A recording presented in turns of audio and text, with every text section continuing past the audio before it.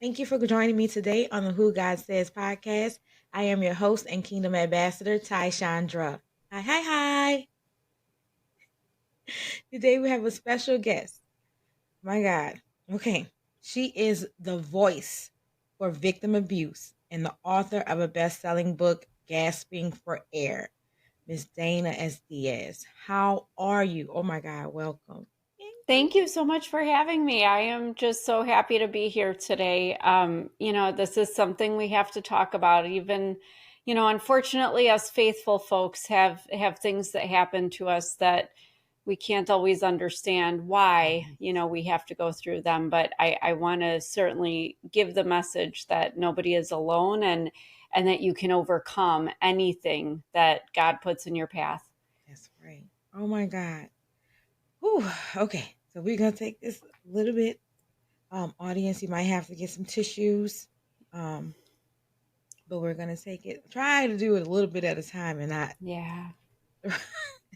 And not it might be throwing. triggering. I might throw that in. If there is anybody who's been through something, any kind of domestic violence or abusive situation, I forgive that I speak very freely, but I think that being vulnerable and open is where we find growth and where we learn and where we relate and connect. So, Yes. I am going to just say what it is, but it might be upsetting to some. So just be prepared. Yes. Yes. Well, thank you for that disclaimer. Ooh. Okay. So I just want to start with can you tell us a little bit about your childhood? Like where did you grow up and what type of relationship you had with your parents? Yeah, absolutely. That's actually, I just finished another book about my childhood. It'll hopefully be released by the end of the summer because that has been the big question after people read Gasping for Air is how could you end up in a situation where you let a man treat you like this? Yeah. And it absolutely started in my childhood. Unfortunately, it started before I was born. I was just kind of born into this. But Mm. I think, unfortunately, this is something that happens. I was a teenage pregnancy. I wasn't planned. I wasn't exactly wanted. I'm not sure my mother wanted any children, however, because immediately after my birth, she had her tubes tied so she couldn't have any more children. And yes, back then in the 70s, they would do that to teenagers Right. who wanted their tubes tied. Nowadays, they argue with you when you're in your 30s or 40s about preventing any kind of a pregnancy. But she had her tubes tied. She did not want me. She had actually very openly talked, after I was old enough to understand about that. Yeah, she thought about abortion. She wanted to give me up for adoption. It's painful when your Yeah. mother says those things Oh to you, but yes. what makes it worse is that she always did keep this emotional and physical distance between us. Hmm. So, I mean, this wasn't a mother who soothed me when I was hurting or when I was crying or when I would have a nightmare or a boo boo. This wasn't a woman who wanted to hear about my emotional troubles when I was a teenager. I was always too sensitive. I was Wow. always too emotional. I was ungrateful because I had a house and I had clothes and I have food, and what else could I possibly need? And in my heart, I'm like, I don't know, love, a hug. I don't want any of this stuff. I just want a mom, Yes. and I couldn't count on her for that. And then to complicate matters, when I was 7 years old, she married a man, not my biological father, but she married a man who is much older than her, but Mm. had all these things that she had strived for. He had a house, Yeah. he had a car. He lived in the suburbs. We were in the city of Chicago, and we didn't have much. Let me tell you, if I got a 49-cent hamburger from McDonald's, that was a treat. That was extra Wow. special stuff. Now, we never went without, but very humble. Very, Right. Right. we didn't have much, but we had what we needed. But this man, he was in the suburbs, had all this stuff. But Hmm. what struck me about him, as little as I was when he came into my life, I want to say I was 3, 4, 5 years old, something like that. But he was he was a braggart. He was very showy. about, Mm-hmm. look what I have. You'll Yeah. not, he would even tell people, oh, you'll never have the car I have. You could never afford a house like I, just, I mean, forgive me, but he was just an ass, Right. Right. Oh yeah. and it struck me even that young, like, who does this guy think he is? Because he wasn't even much to look at, let me tell you. I mean, he was nothing to look at. So I just thought, who is this guy with this arrogance and this Right. sense of, look at me, I'm better than everybody else? But my mother, I mean, she married him, and so, I mean, I was stuck in that situation. Now, the problem with all this, there were so many issues, was that he wanted me even less than my mother did. My Wow. mother, I definitely felt that I was an obligation to her. I was not her child, her daughter. I was an obligation. I was a Right. burden. But he would tell me that almost every day of my growing up till I was 18 years and walked out. Nobody's ever going to love you. I shouldn't have to pay for another man's child. You should be glad we feed you and clothe you. For a while I didn't even have a bed to sleep in. I was just treated like the nothing that they thought I was. And that led into me striving for approval. I was an overachiever. I was on honor roll. I played viola, but I wasn't just in one orchestra. I was first chair in two symphonic Wow. orchestras. I taught myself to play piano. I wrote my own Wow. piano music and not modern classical music. Hmm. I was the straight laced, followed the rules, never smoked, never drank, never went to parties. I put myself to bed at 8:30 at night, like even in high school. I was that girl that I just wanted my, not so much him, but more my mother. I wanted Right. her to just be like, good job, I'm proud of you. And I'm going to tell you, I'm 48 years old, and I have still, and I am not exaggerating. People need to listen to me. Yeah. I have never in 48 years of existence ever heard my mother or stepfather once, not once, tell me they're proud of me. There is nothing that I could do to ever be good enough, that I could ever be worthy or deserving of their love. So, this is what I have struggled with. And Hmm. even still, I have more healing to do there than I do from the marriage that I ended up in Yeah. because of my childhood. Because leaving the house at 18 years old, I was starving for Yeah. any crumb of affection or attention or approval. Yeah. I was a people pleaser. I said yes to everything and everyone. I couldn't stand people not liking me or being Oh my disappointed God. with me. So when this man enters my life, this young man, and I mean, honestly, the first second I met him, he reminded me so much of my stepfather. Oh And wow. I thought, oh, no, no, no, no, no. I'm not trying to go there. Like, that Will Robinson, or that Lost in Space, that old show with the robot with those squiggly arms, danger, danger. That's kind of what I thought in my head. Like, don't go there, don't go Oh there. my But God. you know what? He, as aloof and arrogant as he was, he did reach out. He wanted to hang out, and I hate to say, the rest is history. And Yeah. it was a rough 25 years I spent with him, but it made sense to me because at least with him, he sometimes was good to me. He sometimes was affectionate. He sometimes treated me really well. But when he didn't, it was really bad. So I want to ask, when you left home at 18, um, and you said you were a people pleaser, an overachiever, you had to find that approval somewhere. Um, what what was like your mindset?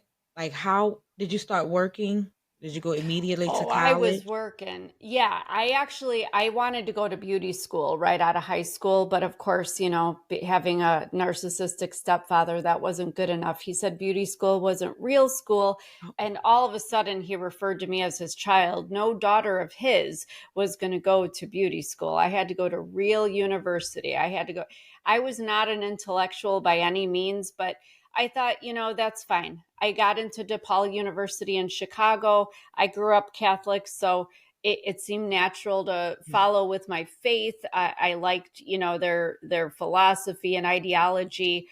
Despite being a Catholic university, they were very open and welcomed different yeah, cultures and yeah, different ideas. And I really liked, the atmosphere there. And honestly, from the time I was about 12 years old, because there was also physical abuse in my childhood, I had very strongly felt the need to do something with my life to help victims of abuse, specifically children in abusive situations. So I thought, well, maybe I'll go into law. I started yeah, there with political science and pre-law courses thinking I'm going to save all these children from the injustices that, society has imposed upon them, sticking with them with these awful parents who don't deserve them. And, when I realized that there was very little that I could do to change the way that our system unfortunately works. And that I didn't think I could emotionally handle yeah, being involved in situations where things didn't go the way that I would hope. I just couldn't consciously sleep at night if I knew a child was remaining in a situation that it shouldn't be in. So I decided to just do what my professor said, which was go into the journalism program, because okay, all my professors were praising me for my ability to write and my natural speaking abilities, and I wasn't scared to get up in front of a group. And public speaking, everybody's shaking in their boots like, don't make me go first. And me, I'm like, hell, pull the string on my back. I'm like yes, one of those dolls, I just go. So I enjoyed it and it was good. But yeah, I worked full time on top of that because I was determined to make it on my own. Despite my mother and stepfather having, it's not that they made so much money, but that mm-hmm. my stepfather, being the narcissist that he is, he attained things in ways that Yeah, other people might think are corrupt and mm-hmm. immoral. But he they had a lot of stuff. They had Hi everyone! Join the Kingdom Fanatics community. Get exclusive content, green room access with our guests, and more. Visit our website at whogodsays.com. Like and follow us on Instagram, Facebook, TikTok, and make sure to subscribe to our YouTube channel.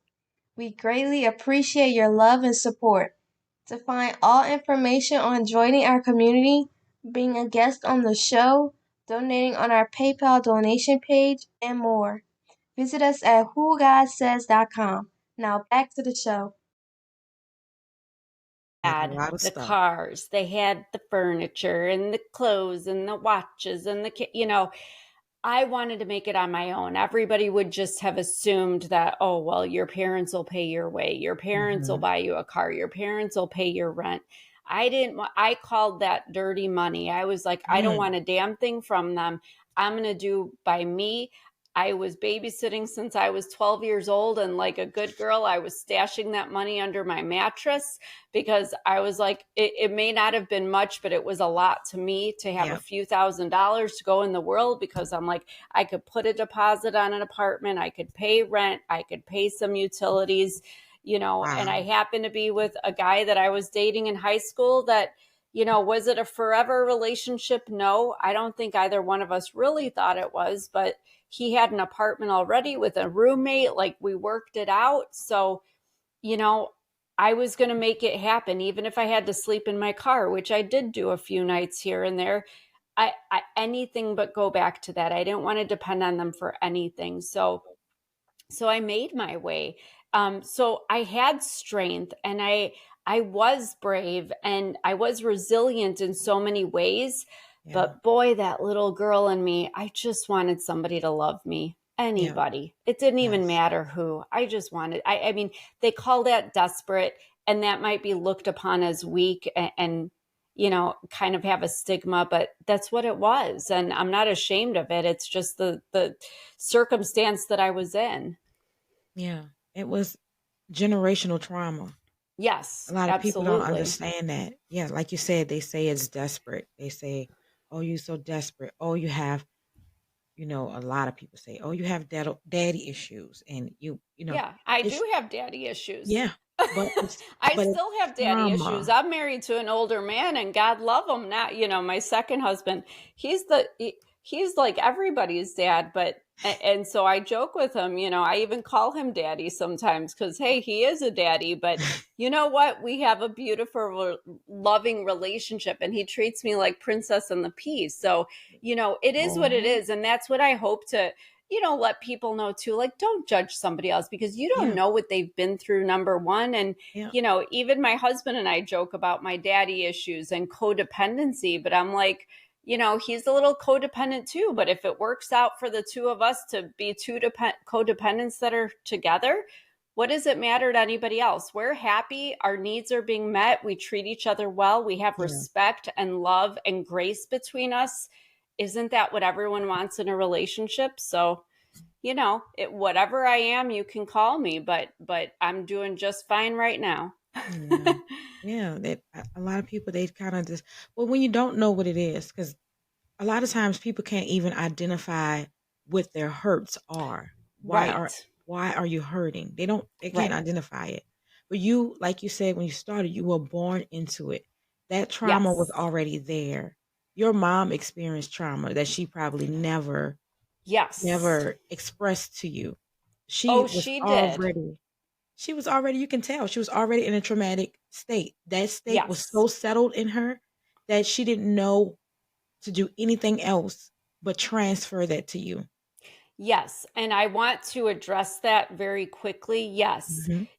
I actually, it was like a record that played over and over the way she would Mhm. constantly tell me my whole life how all the judgment she had to endure, that she had to drop out of high school because she was pregnant with me, and the shame that her family and her friends and everybody put on her, and the shame that she carried. And that Mhm. was the thing.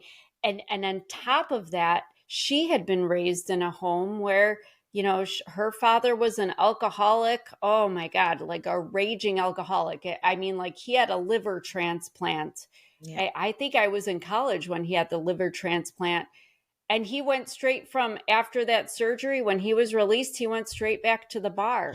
He even left me in a bar when I was 3 years old in the city of Chicago so he could leave with another woman who wasn't my grandma, who he was married to.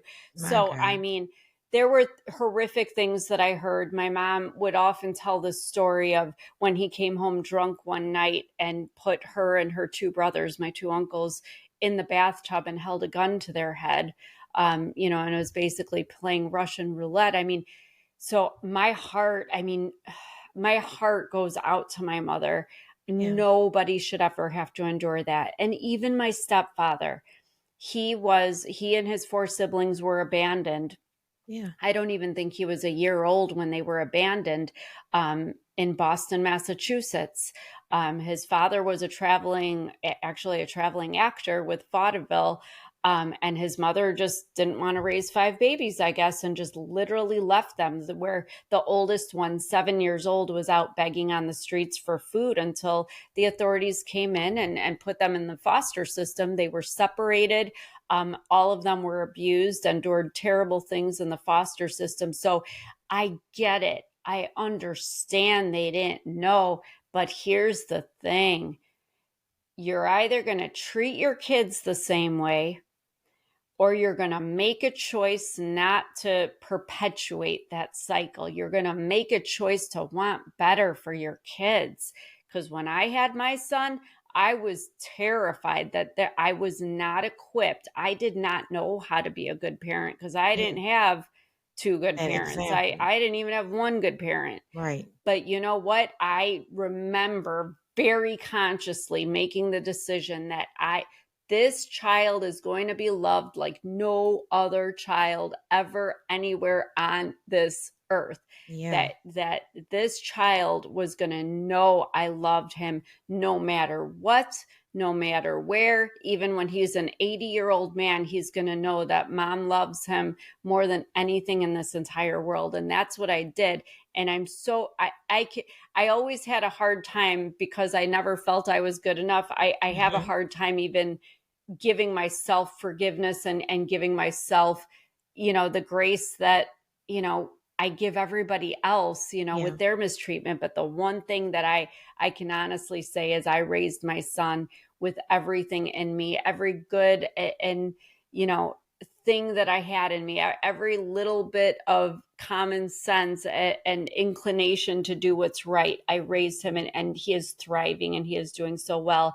My mother, however, chose not to do that. Instead, she and my stepfather decided to basically make me the scapegoat. They both put all their unhealed trauma that they didn't want to take accountability I for don't think they and put even it on me. know. Like, a lot of people don't even have the capacity.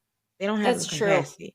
And I think that when we're hurt by people, we think, oh, you made a choice to hurt me. But they didn't even have the capacity to understand how they were hurting you, because they experienced so much. They were set in so much that this is just normal. And this is just my coping. My coping is, I'm going to find the things that I thought I was missing. They both were looking for love. He They found were. his love in all his boasting and bragging and arrogance and Yeah, all the all things his that he stuff. acquired. She Yeah. found her love in finding someone who had the shiny things that she wanted, that she thought she needed. Well, let me throw in a little kicker because I agree with you 100%. However, because I didn't have the right DNA, I Mm-hmm. wasn't his biological Mm-hmm. child. And because my mother was constantly reminding me that I wasn't a boy like she thought she would have had and like she wanted to have, I was basically declared deficient in my existence. So they decided to reverse her tubal ligation and have a child of their Oh, own. wow. I was basically, from the time I was 7 years old, very openly told I was being replaced with a more appropriate child that deserved their love. And so the I agree with your perspective, and I think that is true in many cases. However, in my case, when I was 14, almost 14 years old, they did finally have a child, a successful pregnancy. Thankfully, he was a boy, so he was born the right gender. He didn't screw up like I did. And if he was standing here today, he would tell you that he has the best parents that anybody could ever ask for in the entire world, because they raised him with all of the support and soothing and encouragement and all the things a parent should be. And so living in that house, watching them raise him and treat him this way, and I was still being treated that way, imagine how that made me feel. Because even at some point, this man my mother married wasn't even religious. So we had stopped going to church because my mother decided she didn't believe in God anymore. I thankfully had two friends who were Catholic, one that was my best friend growing up. And so I would go to church still with her family when I was a teenager and could drive. And even through college, I went to church on my own. But I mean, boy, it was very hard for me to Yeah. reconcile with God why I was here and why I wasn't enough and why they couldn't love me and why I even existed, because sometimes I just didn't want to be anymore. Yeah. But I didn't have, I don't know. I don't know. I was tenacious, and I, like I said, I was strong in many ways, very strong willed, Yeah. but so I didn't have it in me to take my life, but I definitely had that ideation, Yeah. that thought that I wish I could just not be here. I Yeah. don't want to hurt anymore. Yeah. I don't want to feel this. I don't want to live this life anymore. Yeah. It's heavy. Yeah. I completely understand. I can see how it would definitely take a toll on you spiritually and mentally. I mean, you don't know what to do, especially as a child. You're growing into who am I as a person. Right. You don't know what to do with your emotions. You don't have anyone to tell you, hey, it's okay to be upset. It's Right. okay. Let's talk this out. Hey, you don't have anybody to show you any type of compassion, any love, any empathy. Yes, it's extremely hard, but Yeah. they were not capable. Not for you. They made that decision, and No. I agree with you. They made that decision.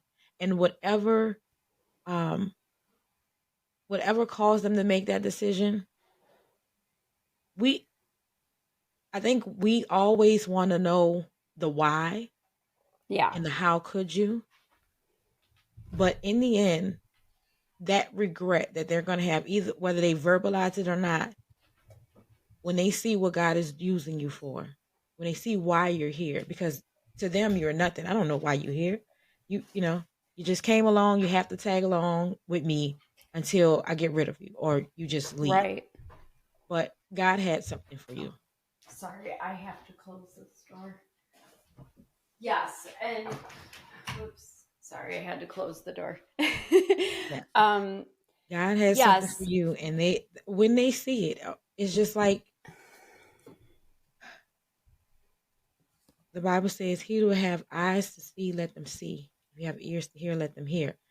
For some reason, God decided this was the way for Him to build the person that you're going to be.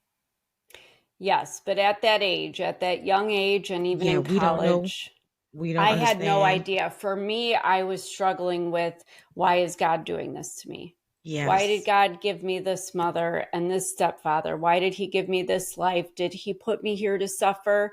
Were some people Mm-hmm. just meant to be here to be other people's punching bags, to Mm-hmm. enact whatever, end goal had to be for somebody else's destiny? I didn't know, but it didn't feel good. And I wasn't one of those idealistic faithful people. Like I know this is, my former mother-in-law left the church because she said that she kept praying, and all that happened was she was widowed, and all these awful things. And so I was one of these people that was like, well, bad things are going to happen to everybody. Bad things happen to good people. Bad things happen to faithful people. You can Yeah. pray for what you want, but don't we all want to win the lottery, and don't we all want to have good health and love and long lives? But that can't be for everybody. Nobody says just because you believe in God and you pray that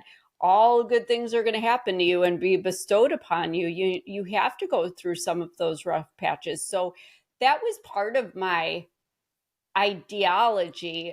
And I think that going to DePaul helped me because, part of Mm-hmm. the curriculum was taking courses, not just on Catholicism, but we had to study Islam, and we had to study Judaism, and, just seeing those different perspectives, and how God, is perceived, by the different people around the world. It kind of makes you think about your own situation. But I still always came back to why. That was always my big question. And it's unfortunate that I didn't really come to terms with it until I was about, I want to say, 46 years old, a couple years ago. But now that I realize, that God had always intended for me to be here, he put me here very pointedly, with a specific purpose, put me in Yeah. those specific situations, Yes. and gave me the specific talents that I needed to fulfill, the path that I was meant to walk. Yeah. I'm good with it. And I don't even have resentment or issue with the past. I don't, Praise you God. know, have those same issues that I had before. And I never really took issue with God. It was just more of that struggle of like, why? Can you give me a Yeah. sign or tell me, Right. give me an indication? But we don't get to know everything he knows. That's part of that faith word that we talk That's about, right. is that That we is right. just have to trust that That is we right. are going down the road that he has laid out before us, and we just have to walk it blindly, and know that we're on the right path, and hopefully we stay on it. Yeah. Yeah. I like that. That is faith. It You is. gotta trust him. That's the only way you can walk the path. You have to trust him. So what age did you get married? I was 25, or it might have been right before my 25th birthday, but yeah, right about when I was 25. And what do you think was like that deciding factor to say, well, hey, I guess I'm gonna go ahead and get and marry this guy? It was about as good as my decision to be with that guy. This was the terrible thing about the situation I was in. Nothing ever got better. You know, Even in what would normally be a courtship phase, Mm-hmm. it was only about 3 weeks of good with him until things started to become very clear, to me. He would have angry outbursts. He would become physically aggressive. There were physical altercations. There were psychological and emotional and verbal abuses happening, and starting with the financial abuse. It, Anybody that had any sense of self-respect or self-love would have said, you have crossed way too many boundaries, buddy. Yeah. I'm out. Yeah. But I was I I actually, again, I hate to, it's so cliche to blame everything on your parents, but because I did not feel worthy or deserving of anyone or anything, I thought that if I left this young man, nobody would. I was like having that idea I'd be an old maid. I'm never Yep. going to get married. Nobody's ever going to want me. I'm getting to that age where everybody's coupled up. There's not going to be any men left for me. And I don't want somebody's, old used up scraps, and an ex-wife Mm. that's crazy, and kids that hate me because I'm not their mama. And I just had Yeah. all this stuff going through my head that I Wow. I felt like I had to stay with him, again, out of desperation, holding Yeah. on to whatever it was, hopeful that we could have more of those good moments, and that maybe, not that I was submissive or weak, but maybe if I just avoided those things that he didn't like, and those Mm. things that made him angry, kind of tread lightly and walk on those eggshells, that I could keep things at bay, and I could keep him pleased with me, and be, it's so sad. Even after we Yes. got married, I was Googling how to be a good wife. How Mm. sad is that? But I It's wanted not to make sad. it It's work. really I not sad. wanted to make it work. Oh I my just God. knew deep down he wasn't it. I don't know if there is a one for everybody. I don't know if I believe in that idea that there's the one. I think there's someone you can tolerate a lot more over a longer period than you can most other people. But I don't know if there's a one, but he wasn't any of that. So I always had this like idea that it wasn't going to be long lasting. But then there was this other aspect that I didn't want to let him go, because the weird thing was his parents. They were the mom and dad. I mean, the first time I met them, Mm-hmm. I was like, they were the loveliest people. I fell in love with them, Yes. not him. And I Oh. forced myself to try to love him so that I could keep them in my life. And they were so good to me. My father-in-law and I became pretty close. Well, my mother-in-law too, but he called me his daughter when he Yeah. introduced me to people, just to joke, because people knew I was married to his son, and it would, make them kind of look at us weird, like there was something wrong, or inappropriate. But I'm like, no, we're not brother and sister. But he did call me a daughter, and it meant so much to me because they Yeah. treated me, he told me he was proud of me. He congratulated me on my little achievements, and he patted me on the back. And he was everything a father should be. And Yeah. even my mother-in-law, I didn't get as much of that from her, but she was certainly always there for me and always supportive, and just his whole, I didn't want to lose that family Yeah. because I didn't have that. Yeah. Yep. Finally got what you were kind of craving for. The Yeah, thing that you were deprived all your life. And unfortunately, it came through the passageway of all this hell. exactly. Exactly. And I think that we all know it when you're a grown person, that nothing good ever comes easy or without a little sacrifice. So in my head, I was like, okay, well, I have everything I could ask for. We just have this little problem of, this guy doesn't like me a whole lot, and sometimes he treats me really bad, and sometimes there's some domestic violence going on, and but it's just sometimes, right? It'll Mm. it can be better. I just have to not provoke him, and I have to fly under the radar, and just have to do more to please him, and I just have to be better. And I mean, I tried. God knows I tried. But it just wasn't going to happen. Yeah. And do you feel comfortable sharing some of the things that you dealt with in the marriage? Yeah, absolutely. I mean, I did not hold back in my book. I have one book out right now, Gasping for Air, and it does talk, it's only about that 25-year relationship. But, people don't understand what narcissistic abuse is. It's just when a narcissist abuses you.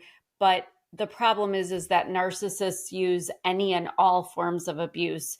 So, I mean, the verbal abuse, um, he would create an issue every Sunday when I was getting ready to go to church. Mm. Every single Sunday, I'd Mm. invite him to come with, but this is where I went wrong too. I married an atheist. So he would put up a fight. You're spending more time with God than you are with me. You love God more than you love me. And I here do. I'm thinking, but you're the head of the house. You should be honoring God with me. We should be Hmm. honoring God together. If you would just come with me, I'm not telling you to become Catholic. I'm not telling you to just walk in and decide you're going to, be religious, but be open to it. Come with me. He didn't want any part of it. He would accuse me of going to church to screw my 80-some-year-old priest. He would, just awful things. And this is just an instance, but on the worser end, he swung a crowbar at my head once because he was angry that I had locked the door, because I was scared of him. He was in a drunken state and acting very erratically and aggressively, and I locked him out of the house because I was honestly terrified he was going to come in and hurt me and our then 2-year-old son. Yeah. And when I finally, after a little struggling with what to do, when I finally let him in, he swung a crowbar at my head, and I have very slow reflexes. I'm not sure how I ducked in time, but I could have been dead. There was a prescription medication incident where um, he dragged my limp body into the bathroom and left me there, hoping I would die. And then while I was passed out unconscious, um, he was calling our family, my mother, his sister, telling them that I'm crazy and that I'm acting crazy and that I'm trying to commit suicide, even though it was something. And I woke up, unfortunately for him, and just terrible things. He tried to kidnap our son in the middle of the night, and take him away. He said I'd never see him again.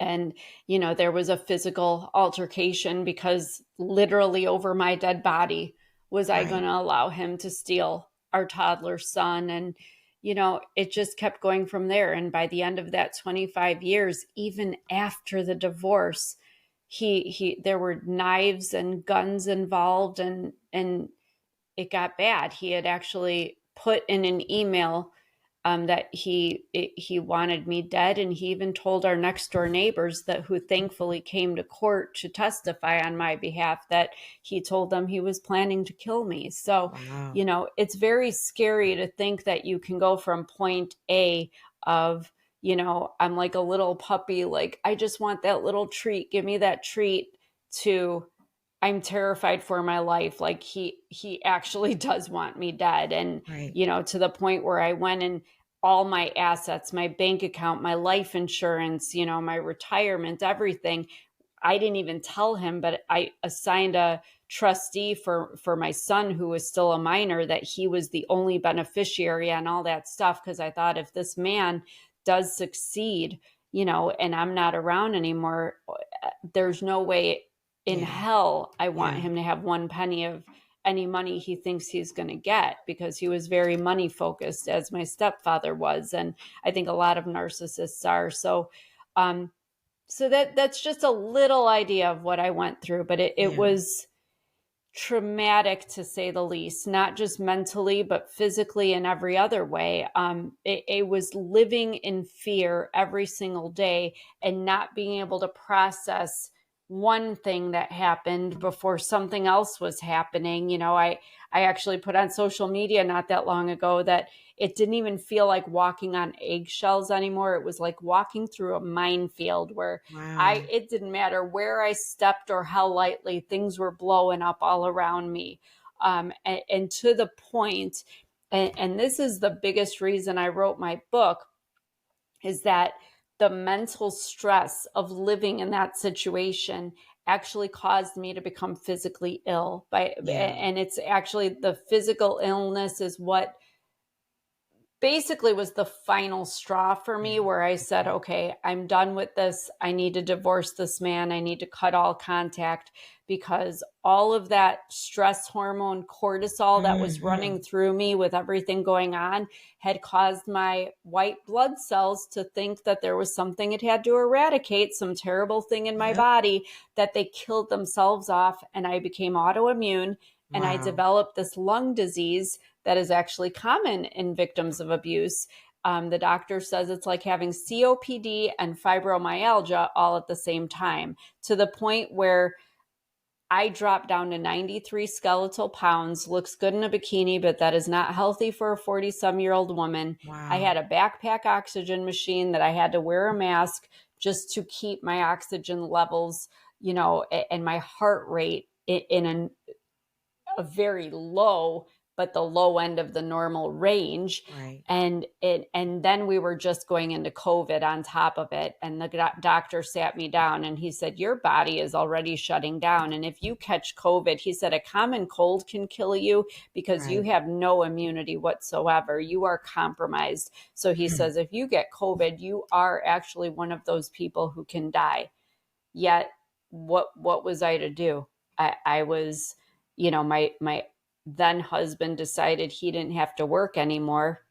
So even though I couldn't work during COVID, he wouldn't go get, a job in a warehouse somewhere, because there were still places hiring. You could work at Walmart or Menards or wherever. They were paying $25 an hour for anybody.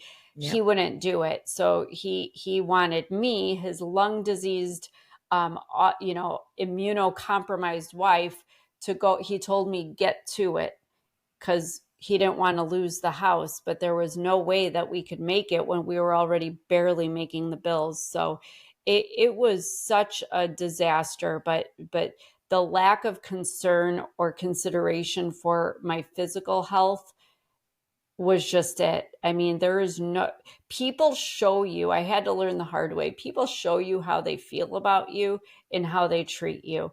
Because the irony is that even, to the time a handful of years ago when my mother and stepfather eventually cut ties with me altogether a handful of years ago.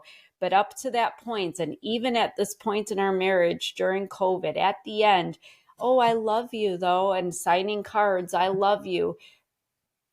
But you're telling me to go out into the COVID pandemic with this lung disease and no immunity, that I might die. The neurologist is calling me from his house, begging me to stay home. And you're saying, you better get to it, Mama. That's what he said to me, his exact words, while he laid on the couch with the remote control watching crap TV. That's how he spent COVID while I risked my health and my life out in the world. Now, I have a question. How was his interacting with your child? Like, how was that interaction? Well, again, I have to say, the narcissism comes into play here. Mm-hmm. And for people that don't understand narcissism, to give a very general idea, a narcissist is somebody who either feels like they're superior to everybody else, or they need to feel superior to everybody else, and more important, because they don't really feel that way deep down. So it's interesting because my stepfather actually did think he was better than everyone else, whereas my ex, he was more insecure and needed to feel that admiration and praise and that exaltation from others, because he hated himself. He loathed himself deep down. So you take this person who needs me to exalt him. His ego could only be fulfilled with my full focus and attention and servitude and everything. And we have a child.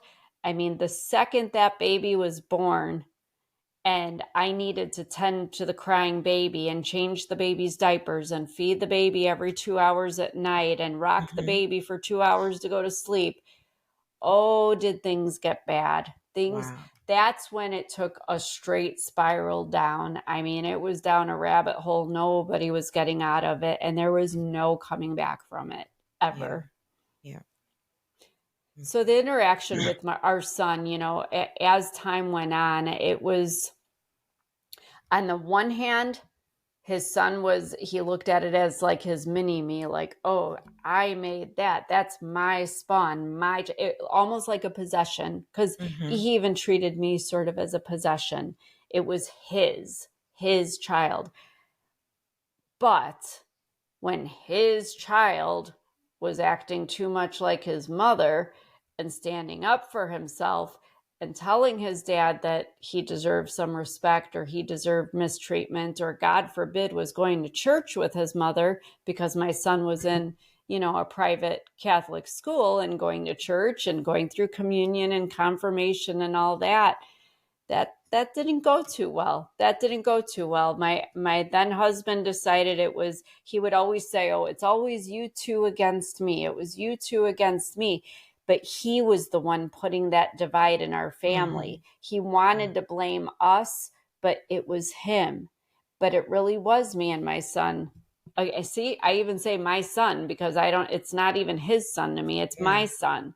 And I was glad for it, though, because I was always so worried that my son would grow into a young man who would act like his father, because unfortunately boys tend to act like their fathers, and girls, and it could go the other way, but that's his male role model, and his male role model was lacking in a lot of ways.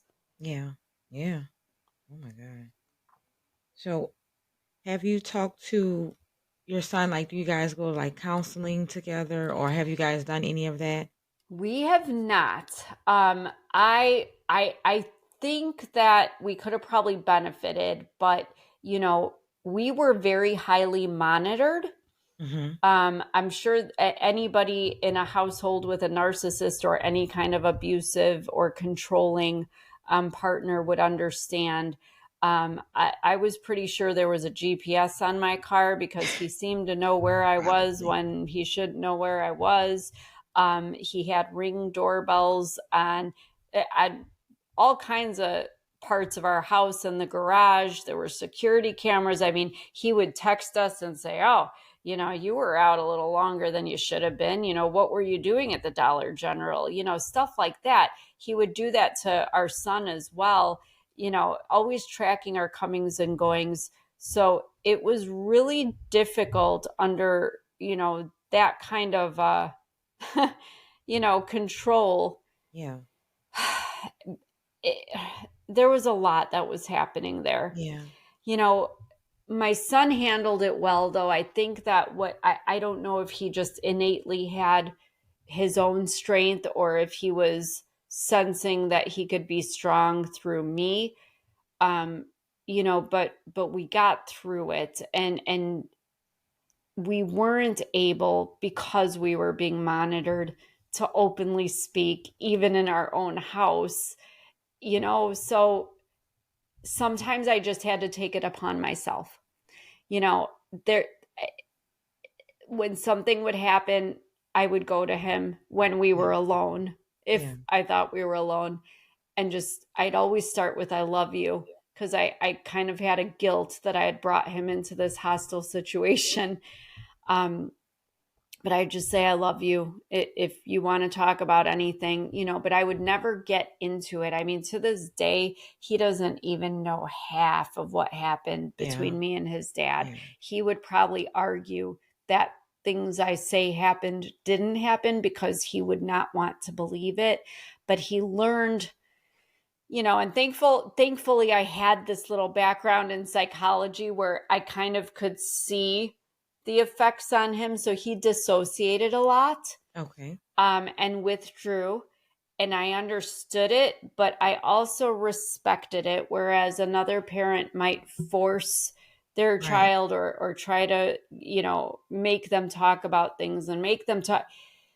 He needed to process things on his own. And I understood that about him, and I respected it, because I think that I knew that when I was in that situation, when I was young, I wish that I would have been given that grace, and I think that for your child to respect you, you have to give them some respect back. It's a give and take. So he respected that. If he asked me things on the rare occasion that he said, "Well, Dad said this about you," or "Did you do this or that," or whatever, where I would say, "That's between me and your dad. All you need to be concerned with is, I'm concerned about you and me. Are you okay? Are you all right? Do you feel any type of way that you want to talk about? Is there anything I can help you navigate?" That's what I brought to him, which I think a counselor would have done the same. But how could I possibly, when we were so highly monitored, tell my then husband, "Oh, we're going to therapy because you're traumatizing us"? I mean, he wouldn't have even allowed the expense if we could afford it, but we couldn't afford it because he squandered money very carelessly on his selfish needs. At one point I had calculated over a course of how many months he was spending $400 or $500 a month just on alcohol, and he wasn't even working. And I mean, that's a car payment. That could be rent for somebody on a cheap apartment. That's not what you spend on alcohol every month when I'm going to the food pantry just to put food on the table for my kid. Right. Yeah. My God. If you had to tell any of the audience some of the red flags that you obviously saw, but you bypassed those just to say, "I want love," what are some of the red flags that you initially saw when you were introduced to this man, when he approached you? What Yeah. are some of those red flags? Absolutely. I think some of the biggest things I don't try to get too much into red flags, just because there are cultural differences, in what people are expected to tolerate in certain Yeah. gender roles, and even geographically, people are different. But I think overall, if somebody is verbally, you're somebody who loves you should not be calling you a whore and effing this or that or the other thing. I thought the F word and the "see you next Tuesday" was my name. I was called it so much that I was responding to it, and it would appall people that would overhear. But it was literally like calling me by my name every day. Nobody that has respect for you or loves you does that. Will it slip out now and then? You know what? We're all human. It'll happen. But regularly, consistently enough, that's not okay. It's not okay for somebody to demean you and insult you that way and diminish who you are. And on that same note about diminishing who you are, when somebody is trying to control you, what I noticed and sadly became very clear, I used to call them the rules, him telling me he didn't like me wearing that lipstick and that I Mm. shouldn't be friends with that person because he didn't like her. And he didn't, why am I wearing those jeans? Am I trying to get with some man? And, when somebody starts nitpicking and criticizing and trying to manipulate you into being who they want you to be, Mm-hmm. I don't know about anyone else, but I'm not a Stepford wife. I tried to be one for a while. I tried to be who he wanted, but Yeah. I realize now that anybody who really loved me and who I should be with would be okay with who I am. They would Yeah. look at me and say, "That's a girl. I like her style. Yeah. I like her butt in those jeans, like I like that Yeah. she's putting that lipstick on and trying to look nice for me when I'm taking her out." Perspective, not that lipstick makes you look like a whore. Yeah. So just little things like that. I think it I had no self respect, obviously. I have a lot of it now, and I apologize to my husband constantly, because I tell him I'm sorry, but I might stand my ground a little too strongly sometimes because I will never let somebody make me feel like I am less than anything anymore. I am Yeah. who I am. And you know what? I am not perfect. I'm not always going to make the right decisions. I'm not always going to say the right thing. I'm not always going to do the right thing. But you Mm-hmm. know what? I'm a good human being. I have a good heart. I'm a good person. And curly hair, lipstick, the whatever jeans I wear, it's good enough for me. And if it's not good enough for you, you know where you can go. That's kind Yeah. of how I feel now. And I feel like I wish that I could imprint that on every woman and men too, because men unfortunately Yeah. suffer from a lot of this as well. Yeah. Yeah. That's true. Yeah. I think that, especially in a dating world, people should give themselves time to learn what it is that they want, what it is that they need as an individual. And Hmm. that way, when you're in this space of I'm dating and I want to be in this relationship with someone, you'll know what it is that you need. And also stand on your principles and your standards and your boundaries. Like when you see things that you don't agree with, don't just say, well, oh, let it, roll off. I'm a big Yes. person. I do not do disrespect. I do not tolerate disrespect from anybody. I don't care who it is. It can be a family member. Hmm. I don't tolerate disrespect. So I am now in that dating phase and pool now of Hmm. our, and that's what I don't do it. I one of Nor the should things you. no one of the things that I kind of put out there is that I don't like what other people think is cute. I don't like the name calling that people think is cute, like hey big head and stuff like that. I don't like it. Right. That's not nice. I don't like it. Have never thought it was cute. I don't like it. I'm like that those things escalate. I Yes. don't like when people play fight with one another. I don't like that. It escalates. I'm like, why would you play fight with first of all, I don't fuss with a man. Yeah. So why would I play fight with a man? Well, that's passive aggressive behavior. There's something behind it. People pretend they're joking. They pretend they're playing. That's a pretense is what it is Yes, because and they really are feeling some way and they just don't feel confident enough creating the conflict with you that they hide it in that joke and that, oh, we'll pretend we're bickering. We're just playing. yeah, No, that's not play because I'm the same way. My ex used to do I that don't to do it. me and I'd be like, no, I see right through that. And it doesn't feel good. I mean, at least with my husband now, and this is something I learned with him Hmm. that I couldn't comprehend before, but we rarely disagree, first of all, because I picked the right guy this time. You had a good picker this But time. yeah, and we started as friends, which I highly recommend. Yeah, I've known his family 20 years, so we knew each other well before we decided to be romantic.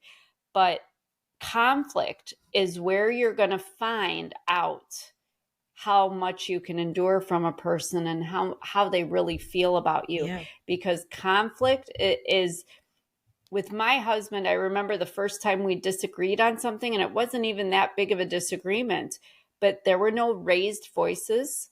There was no disrespectful comments about you're crazy, you're wrong, how could you possibly think that, there was none of that. It was just, well, this is what I think and this is why. And he said, well, this is what I think and this was why. And it's like, oh, okay, well, I could see why you would think that. And, just it was a conversation. And, sometimes you just have to agree to disagree and say, okay, well, and if it's a decision that needs to be made, sometimes I just have to say, well, you know what? I'm not fully on board with where you're at with this, but I support you because you're my husband and I trust you that you think you're making the right decision for us as a couple.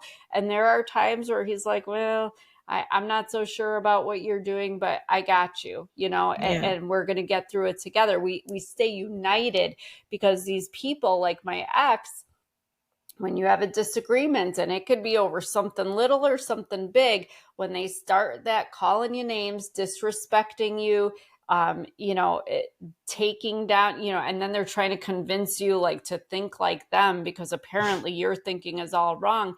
Starting and growing a business while dealing with your finances can be overwhelming and stressful. Emerald Services provides packages tailored to your business needs to help you mitigate taxes, stay compliant, plan for your future, and save money so you can focus on being the creative, influential visionary that delivers your dreams to the world. Because what you focus on is what will multiply. Schedule your discovery call today to find out ways Emerald Services can benefit your life plan and your business plan. Visit emeraldserve.com or call 504-603-6059. That's just, there's an issue there, and it's not going to get better because you are going to have conflict your whole life. You are going to have things happen to you as a couple that aren't going to be nice. You're going to have to get through things as individuals and support that person through stuff that you may even not understand at all. Right. You got to be able to get through conflict. And if you see a sign of something you don't like in a conflict or a disagreement, it's time to call it what it is. And I don't care if you've been with somebody a day, a month, a year.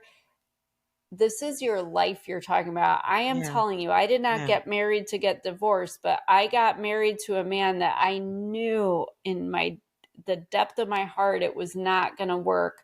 And I stuck it out for 25 years. But it's sad to me now because, my husband now, what a different life I would have had if I spent those 25 years with him, and I'm not going to look back and regret. Life brought me to where I am. I'm blessed now, but I look at younger people and just say, just wait. That doesn't mean be picky about everything. Go on dates, even with people that you're not sure you're going to like. Maybe you're not attracted. There's a young girl I know that she was like, oh, but I don't want to break up with this guy, even though he's, rude to me and treats me bad. Because look at his abs. I said, honey, those abs are not going to wipe your butt when you're 90 years old and need home care. Those abs are not going to take care of you when you miscarry a pregnancy. Those abs are going to go away one day. And what's going to be left? So just keep your minds and your hearts open. Wait for that person that you click with. Like everybody has that friend or family member that's just like, that person. You click with them. You don't even have to explain yourself. They just get you. Why don't we apply that to romantic relationships? But in the meantime, go out on dates, put your toes in the water. It's okay to have a meal or a cup of coffee with somebody or go to some church event with them and be like, let's get to know each other. And if something doesn't resonate well, say, hey, it was great to spend this time with you. And maybe it hasn't been, and just say, hey, let's just call this what it is. But, it doesn't hurt to just go out there and see what happens. And even after a toxic relationship like I've had, most people withdraw. I was going to go be alone somewhere too, but that's not going to get you anywhere. Nobody is meant to be alone. I mean, even God, made Eve for Adam, that we were meant to connect and relate. And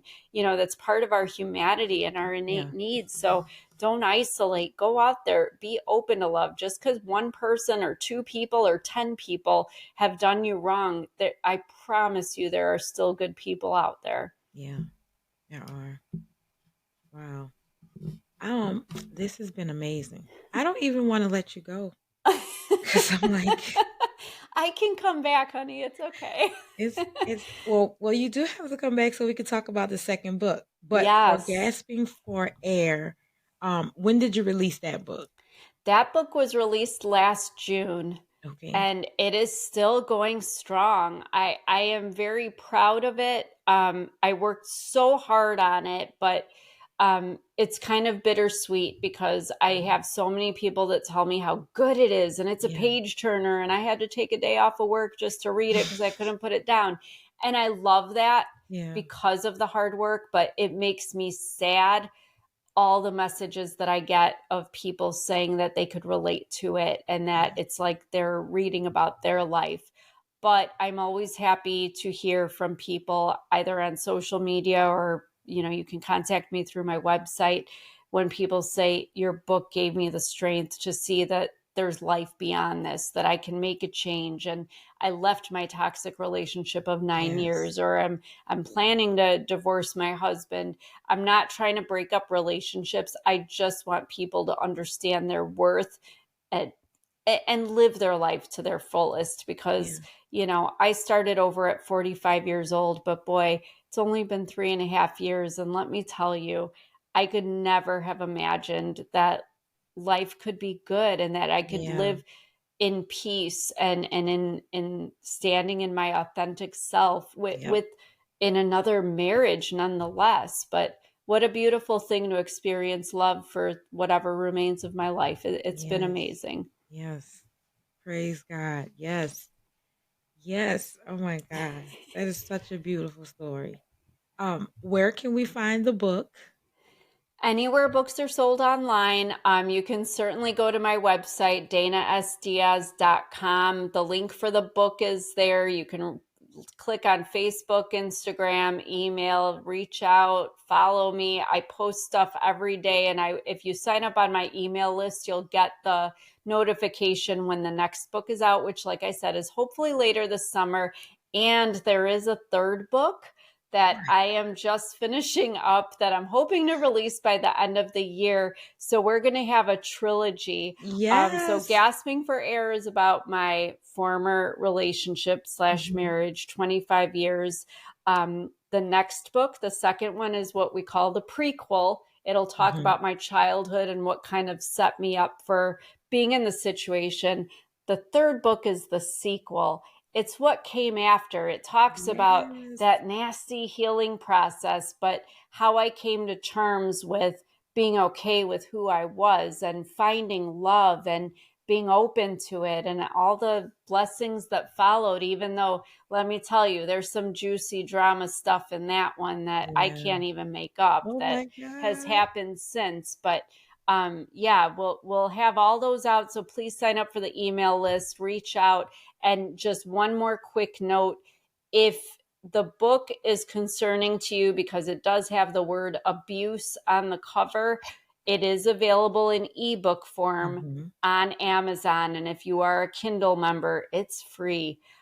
So don't hesitate to get that, or even you can even gift the ebook to somebody else. Maybe you know somebody in a situation that this might resonate with. Same thing with this podcast. Share the link because somebody you might know, they might be driving 10 minutes to the bank or the grocery store, but something they hear in this might resonate with them and spark them to gain a different perspective that'll motivate them to make a change for a better life. So please share all of this for us. Yes. And Miss Dana, what do you believe is your purpose? I 100% now know that God put me on this earth. He had me born to a teenage mother who didn't want me. He made me feel the angst and the struggle of feeling like I'd never be good enough and that I'd never be loved, and then put me in a 25-year relationship with a man who loved me sometimes, but hurt me others. But he also gave me, by no coincidence, the gift of speaking, the gift to write, the gift to communicate, because now I have the ability and the education to back it up to verbalize what it feels like, so Yes. that other people can relate to it, so that they can better understand their circumstances, and they can maybe think about their life, like I said, and make the change that I have, because none of this is a coincidence. The fact that I have survived multiple abusive relationships and domestic violence and have had threats on my life, and I am still here, and I am Yes. being open as open can be, and opening myself even to the possibility that somebody might take vengeance. I am not backing down, because I know I have God supporting me, Yes. and He is standing by my side. And this is my purpose. What He put me here to do was to create awareness about this, and help other victims of abuse survive it just like I have, and rise above it, and just bloom in the afterlife of that. So I think everybody was put here for a certain reason. I don't Yep. want anyone to ever feel defined by their difficult circumstances or by adversity. You stand your ground, know who you are, and know that God loves you. You are enough. You are here for a reason. Even if you don't know that reason yet, you are here for a reason. Just keep putting one foot in front of the other, because one day you will find it. I promise you. Yes. Oh my God. I want to thank you for saying yes to God, holding steadfast, because it's not easy. When God tells you what He wants you to do, that yes is extremely difficult, because you got to back that up. Yeah. You have to, when you say yes, now it's time to move. You have to get into action. And I Yes. want to thank you for being obedient and get into action. One of my favorite songs says, "There's no shadow you won't light up." Oh, I love that. Oh my God, God will find you. It And He doesn't matter will. where you are. It don't matter how dark you think whatever that place is, you think it's so dark. God will never know me. He'll never love me. I can never go to God. I have to get myself out of this situation. I have to get myself together. He will come after you. There's always going to be a light, no matter how dark it is. And Dana, He is giving you that light, because there's so many people in darkness that need to know. Yeah. Just your eyes can be open. There is someone here for you. And Yeah. if you need love, first of all, God is love. That's who He Yes. is. People will never give you unconditional love, because it's not who we are. Our flesh won't allow unconditional love. God is unconditional love. He love without reason. Yeah. And if you need love, if you have this searching, this longing, you just don't know, I don't know what to do, I don't know what to be, I don't know who I am, God has the answer. Absolutely. He has the answer. And I want to thank you, Dana. Thank you so much for coming on. Thank you for giving us your story, being authentic and open, and just sharing with us.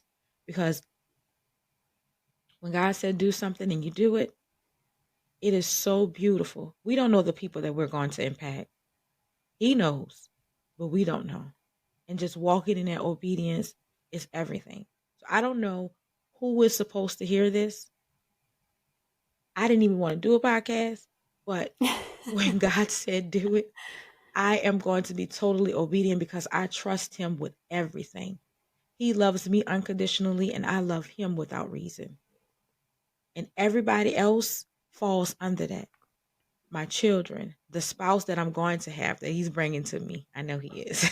Yes, He is. They fall under that. And I had to come to the understanding of loving Him first, because He loved me, and understanding why He loved me and how He could love me. Then I could love myself. And once I found that love for myself, there's nothing that anyone else can bring to me that I can, when I see those things, oh no, I can't have that. I can't deal with that. God won't allow me to. He told me that is not my portion. My portion is love and peace and joy. I can't deal with it. So I applaud you. I thank you. If anybody else won't tell you, I will tell you. You are amazing. You're Well very sweet. done. Thank you. You are amazing. Holding on to God in the darkest times, I applaud you. That is amazing. Because so many times we'll walk away from God and say, I don't know why God is bringing me here. You just have to hold on. Thank you for holding on. Absolutely. And thank you for doing what you do, because this podcast will be out in the world and you are reaching people and you are spreading the word in a world that, prohibits us in most situations from talking about God at all. So thank you for what you're doing. And to everybody who's listening, it's okay. I had a little girl once say I love you, and I thought it was strange because she was a stranger. And then I thought about it. We dislike people for no reason. Why can't we love people for no reason? So I love that we can spread love. So I absolutely love you for your heart and for what you do, and for everything you are. And I say that to everybody who's listening as well. So again, please share this. Know you're not alone. We're here for you. We will definitely do this again. Yes. We'll keep in touch. And thank you so much for everything. Thank you.